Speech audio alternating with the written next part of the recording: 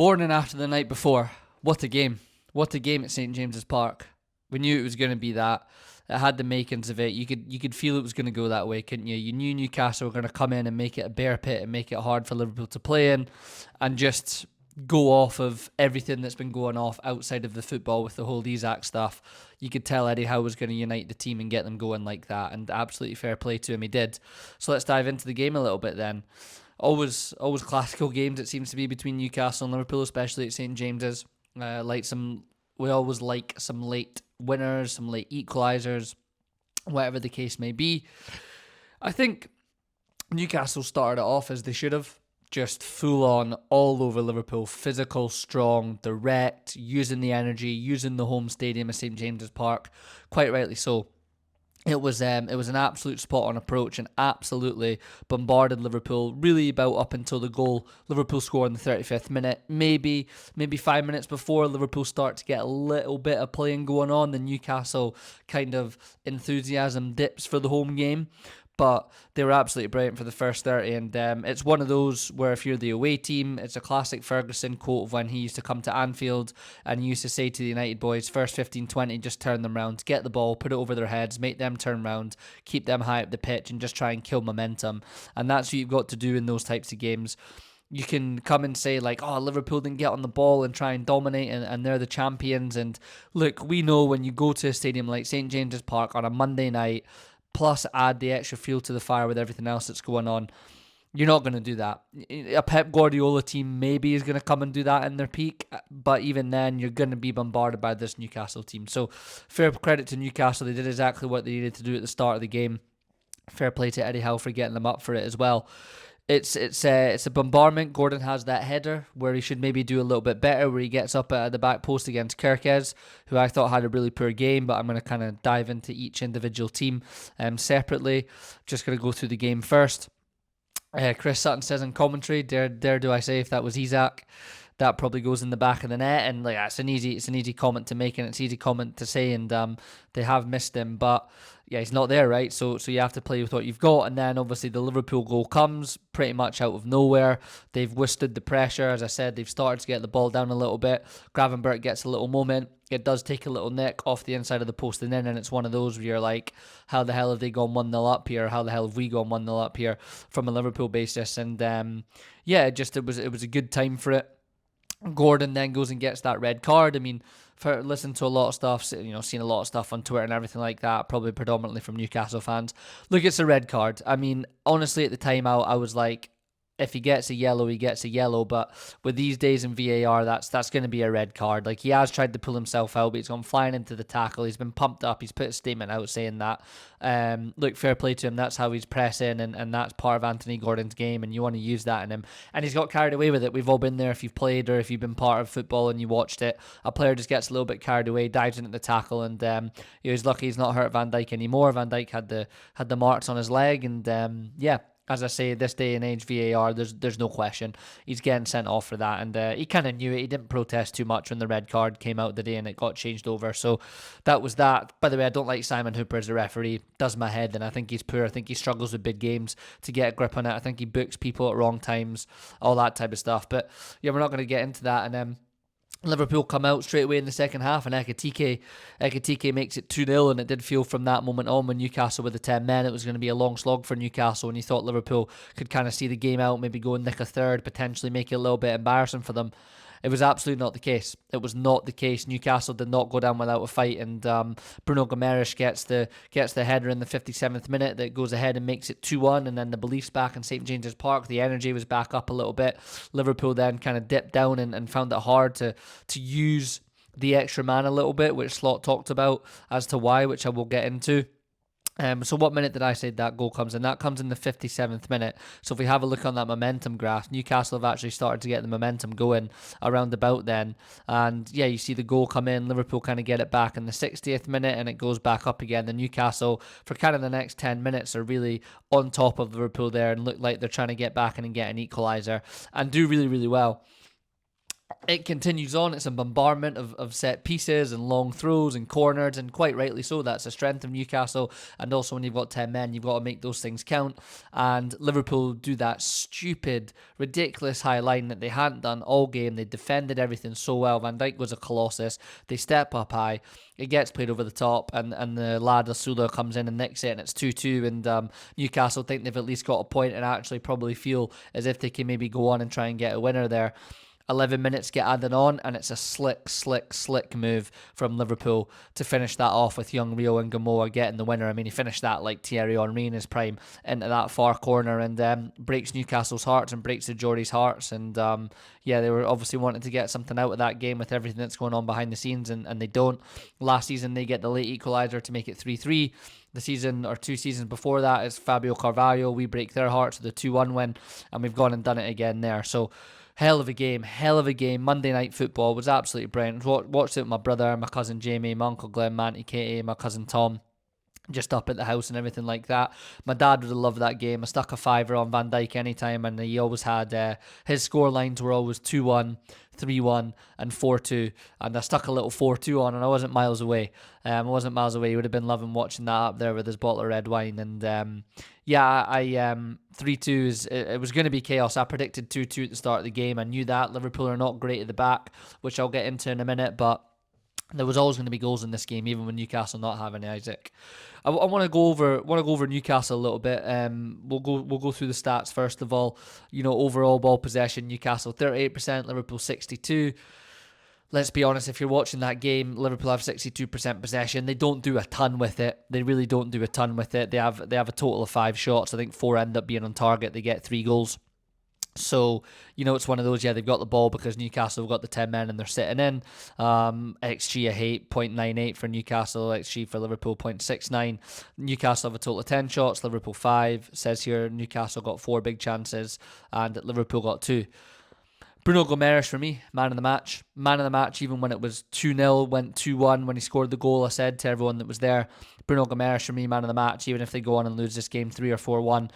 An absolute epitome of what that Newcastle team is. Just energy, desire, fight, togetherness, everything that Eddie Howe's got and instilled into that, and he is the epitome to him. He's a hell of a player.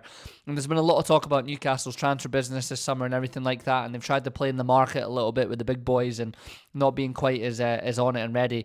That's the type of guys that need to be looking to go out and get players that people maybe aren't sure on, that they feel like they can go and get and get someone like that, like Bruno Guimares. What a football player. I'd have him on my team any day of the week. He was absolutely sensational. Dan Burn obviously causes loads of problems, as he does. He's big, he's tall. As I said, I thought Anthony Gordon was excellent until the red card. Just calling down Joe Linton, obviously just a colossus, just strong and physical. They bullied it. Tonali was brilliant as well. Alanga rapid on the counter attack. Kieran Trippier was decent. Everyone was really good in there. Newcastle had a really good game, and they'll feel like they deserved at least a point from it. And unfortunately, sometimes that's how football goes, and it doesn't work. And I'll get into that when I get onto Liverpool, but it's a shame. Joe Linton goes off injured, Tonali goes off injured, Anthony Gordon gets the red card. Yeah, it's not great for them at the moment. Obviously, they don't really have an option for someone to go up there. They've got Asula potentially. You could play Alanga up there maybe, but there's a lot of work for them to do there. But look, absolutely fair credit to Newcastle. I've said this before. If I wasn't a Liverpool fan and I had an English team, it would be Newcastle. I've got a little bit of connection there, family-wide, so I'm not going to get into any bite between us. There's not really any bite between us. The fans like each other. It's one player wanting to leave and come that's added a little bit of extra spice to it. But Newcastle, fair play. I get how you're feeling this morning. You're probably feeling really proud, to be quite honest with you. You probably are feeling really proud, even though you've not got the win there. And there's a lot to go off of there, and there's a lot. That is literally, for me, was the epitome of what Eddie Howe has done for Newcastle, was that performance last night. This is who we are. We graft, we work hard, we run, we're together. We can play on the ball, we also can go long, we can go big, we play off set pieces. They've got a little bit of everything, Newcastle, and I did say that I think they might struggle a little bit this season. I do still think that, especially if they don't get Isak, they sell Isak, or they don't reintegrate him, and who they get in, I don't think it's going to be as good as him. They'll have that spirit, and they've got the Champions League, but as long as they've got that, there'll always be a little something there for them. So Newcastle, absolutely fair credit and fair play to you. I think Eddie Howe, after the game said the first 20 minutes or so before Liverpool get the opening goal, it was very us. And as I've just said, spot on, it was very us. They just didn't get the goal in there, and you need to do that in those moments when you're at home and you're on top, especially if you're playing against a team that's just won the title and they're the champions and they're defending it. I like Eddie Howe. I like the way he talks. I like the way he's handled absolutely everything. Yeah, absolutely stunning. And like I say, fair play again to Newcastle. Let's move on to Liverpool a little bit here. They, as I said, I think that I tweeted first half performance was a performance of a team that are champions for me, that know what they've done. A couple of people came back to me and said, you've been absolutely battered. We were absolutely battered, and we finished the half 1-0 up.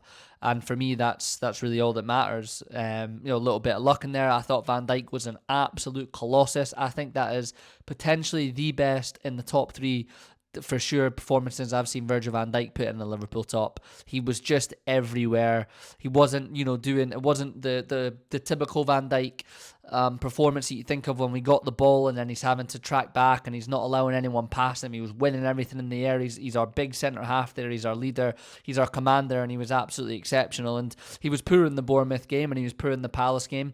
Thought he was at fault for a couple of goals in both those games, and last night he steps up and he's the epitome of the Liverpool team. I just talked about the epitome of Newcastle. Van Dijk, the captain, the leader, that steel, that what you need when you're not playing well, in games, and he was the absolute epitome of that. I thought he was absolutely brilliant up until the point Gravenberch gets the goal. Liverpool have missed him. You can see what he adds to them, just breaking up play in midfield and everything like that. It was absolutely excellent. And then Ekitike goes and gets the second right after half time. As I said, it's a great first time finish, by the way. He's been unbelievable. His hold-up play is absolutely phenomenal. He gets in the way. He just is a bit of a problem. I know he's tall. I know he's lanky. He's got everything that really Darwin Núñez didn't have, to be quite honest with you. And his first time finish was absolutely sublime. And that's 3-3 for him now. If you include the Community Shield, let's just say 2-2. If you want to include the Community Shield, just 2 in the league games. I've just seen here on the right hand side, that's Liverpool scored 16 goals in the last 5 matches, but they haven't kept a clean sheet in 12 matches, averaging four goals per match. So pretty mental. I actually think Liverpool really, really struggle again when Ekitike comes off in the 80th minute. I think, look, there's talks of Isak coming in, and whether it is Isak or not, we need somebody else in there, because when we bring Ekitike off, we don't have a focal point up there, and it's really, really tough for us to get out, and it doesn't help us a little bit. And he goes to the 2 with kind of Gakpo and Salah up there, and it doesn't work. It doesn't work for me. It's not worked at all. They might get used to it. They might get it better, but it really didn't work at all. They concede the 2 goals. You're thinking, fucking hell, Liverpool, come on, really? And then the young lad everyone has been clamouring to come on and have a hell of a and get a start and get some minutes in there, has a hell of a moment and takes it really well. And look, Cody Gakpo has been a good Liverpool player. I've liked him. He's got some big goals. He gets an assist last night for the second goal. Actually gets the assist for both goals, should I say? So look, and he scores last week. So what I'm about to say doesn't quite add up. But as a Liverpool fan, I don't want Cody Gakpo to be the main man 90 minutes every single week on that left hand side. I think he lacks a little bit of pace. He always wants to come and cut inside. You kind of know what he's going to do. Again, he is good at it, and he looks like he's playing with his teammates. He's got a couple of assists, as I've said, and a goal. But I'd be really intrigued to give Rio a good shot at it, because the way he gets it, as soon as he came on, Thierry Henry said it, and after the game, he picks the ball up. The first thing he looks to do is go 1v1. I think it was actually 3v1 against him. He looks to go there. I think he puts the ball in the box, and we get a corner from it. And I want to see him be given an opportunity if we're not going to go out there and we're not going to sign another left-hand side player. And that's potentially probably the plan, to not block his pathway, and I get that. But he's still really young. We need to be careful, but he's looked absolutely brilliant. And that goal there and that finish is only going to add to the clamour for people to see him play. And if we can have someone like that, a little bit more alongside your Luis Diaz type of player that likes to run at people, I just don't think you can beat wingers like that. So absolutely sensational from him, and a hell of a finish. Look, on Liverpool, it's not been great. It's not been great at all. I tipped Florian Wirtz to be a Ballon d'Or winner. He's looked really soft, Really, really soft. I know last night's a tough one to compare him against Newcastle with that midfield. They're going to bully anyone. They bully anybody in Europe. But I just didn't think he was in the game at all. I didn't think he was in the game much against Bournemouth. And of course, it's going to take him a little bit of time. He's really, really instrumental for the second goal. He's the one that gets it and breaks out, and he's got pace when he runs with the ball. He's really quick. Like, don't get me wrong, but it's taken him a little bit of time to realise the league. You just don't quite have enough time on you. And I think it'll click for him, don't get me wrong. But I need to see a little bit more from him. He's been in my fantasy team. I think I'm going to have to take him out until he kind of gets that. Like I say, we'll see how he is maybe after the next international break and you've kind of got the consistency going and you're playing twice a week and you can kind of come in there. But thought he was really poor. I thought Kerkez was really poor at the back post. Look, there's a lot going on with Liverpool at the back at the moment. Konaté's been really, really poor. And there's a lot of talk if we get Guéhi and people saying if Guéhi comes in like he wants to play for England, why would he come to Liverpool to sit on the bench? That spot is up for grabs. If there's another centre-half kicking around right now for Liverpool, I don't think Konaté's getting all these minutes and starting all these games. So that spot's up there for grabs. And there's loads of areas for Liverpool to address. It's not perfect, but I have said this, that there's a lot of chat right now at the moment about, there's always chat about performance and style and how they look to play and how you look on the pitch and how you look together as a team. And I get that. I totally do get that. I get that that's a part of the game. The most important thing at the end of the day, especially if you're not playing well and things aren't clicking yet, is are you winning? We had last weekend where there was all the chat about Man United performed so well against Arsenal. That was great, bang. Arsenal leave with 3 points. Arsenal are currently on 6 points after 2 games. Man United are on 1. Liverpool, extremely open against Bournemouth. 2-0 up again. It's a problem. That's twice, 2 games in a row that we're 2-0 up. I'm not saying there's not problems there. But it finishes 4-2 against Bournemouth, and we go and get the winner last night against Newcastle, and it finishes 3-2, and we're sitting 6 from 6. So this time in the season, it's just about continuing to win and getting the results. And it's not even about this time in the season. That's what it's always about. Winning is what matters. And if you continue to win, the players listen to you on the pitch. The instructions that you're giving them, they take in because they believe in it. You can say you played so well, like so many times. How long until the players and the fans are going, yeah, great, where are the wins? Where are the points? Where are the goals? That is ultimately what matters. And that's what the top teams do. And it's 6 points on 6 points to Liverpool. So yes, lots to improve. The high line was horrendous for the second goal. Dan Burns hard to play against, but he's barely even tried the challenge. Kerkez has not even tried the challenge. Bruno Guimares for the first goal. So there's a lot of things to work on there. And look, I absolutely trust that Slot will get that right. Like, no question about it at all. No question. But yeah, it's 6 from 6, and ultimately that is the most important thing. I think that's one thing that Liverpool have kept under since Klopp's left, and Slot is really about that. And that was my whole thought process with the whole Rio and Gamoa thing, is that Slot's about winners, and he knows where Liverpool are at right now, and it's not about developing players and working on the youth academy and doing all that. Klopp did all that stuff. That was what Klopp did. Slot's here to win, and if you're not good enough to be in the team, you're not going to make the team. And he's instilled that DNA in them, and that's, like I say, that's more important than any philosophy, any style, any shape. Look at Russell Martin right now. It's all about style. It's all about shape. Look at Amorim. It's all about style. It's all about shape. It's all about system. Win football matches. Have a DNA to win. And that's it. And I think that, Neville mentioned this on his podcast too. I've been having this conversation a lot towards the end of last season. I think the team that win the league the last season and the team that win the Champions League are the two most adaptable teams in Europe. I think, yes, there's what they're going to do. There's an identity to them. But they adapt and they change in game, and Neville said that on his podcast, that was what United were about. There was, of course, patterns of play that you know and that you're going to do, but it was about the games and adapting to them equally and differently. And I really think that that's come back around, that it's not too much about your specific style of play. It's about adapting to the game, adapting to the opponent, as it always really should be. And I think that's why you're maybe starting to see Pep struggle a little bit. Teams aren't trying to come and do the same thing anymore against you. They're like, this is what we're going to do in this specific game. These are the types of players that we have. This is where your weaknesses are. We're going to look to try and exploit them. And I think that's the way to go. It's not just one style. So, yeah, huge champion performance in Liverpool. Just before I move on to Slot's comments and wrap this up, Dominic Szoboszlai is the epitome of the perfect football player that you want in your team. He can go for 90 minutes. He can run around. He plays right back last night. Absolutely exceptional. Didn't look out of place. I'm not going to I don't want Dominic Szoboszlai to play right back all season, and he won't do once Frimpong and Bradley gets his fitness back up. But he's that guy you can chuck in anywhere, and those guys are so underrated. And there's a lot of people like, oh, Wirtz will come in and spot Saliba out the team. Arne Slot picks him every single week, and I hope he plays every single week. And if it wasn't for Bruno Guimares, I'd maybe go with him as man of the match. Bruno absolutely deserves it ahead of him, but I thought Szoboszlai was the second best player on the pitch and hands down Liverpool's best player. And Liverpool's last goal, by the way, is so slick. It was amazing. Slot said in his interview after the match, it wasn't really a football match. There wasn't really a lot to do with tactics. It was just a lot of kind of high energy, and from them a lot of kind of crosses and set pieces and corners. Don't get me wrong, before they had the 10 men and before Liverpool go one up, Newcastle are great on the ball. They do play. They can absolutely do that. I'm not trying to say that they don't. And again, who really cares if you're talking about style? It's all about, can you get the result in the game? And yeah, and Slot made a good point. Like, you didn't really make the 10 men count, and he said it's difficult to make the extra man count when they're playing off of set pieces and the goalkeeper's taking their set pieces for them. So when it's getting lumped into the box, you don't have that man advantage. And I was like, very fair point. That's kind of how the game went. I still think Liverpool could have done a lot better when they had the ball with it and make more of an advantage of that. But yeah, it's a fair point. And like Newcastle, that's absolutely the way that you got to go about it. And that's the way I would have gone about it if I was Eddie Howe as well in there. Get that ball into the box, get Big Dan Burn, be physical, be annoying, as you always guys do, and as you do every game. But yeah, it was really good. And as I said about the whole winning DNA, Slot says that win is worth more to me than any win when you come and you play amazing football and you win 4-5-0. And I've always said that. It was like Arsenal last week at the Emirates. Everyone was like, why is Arteta so buzzing?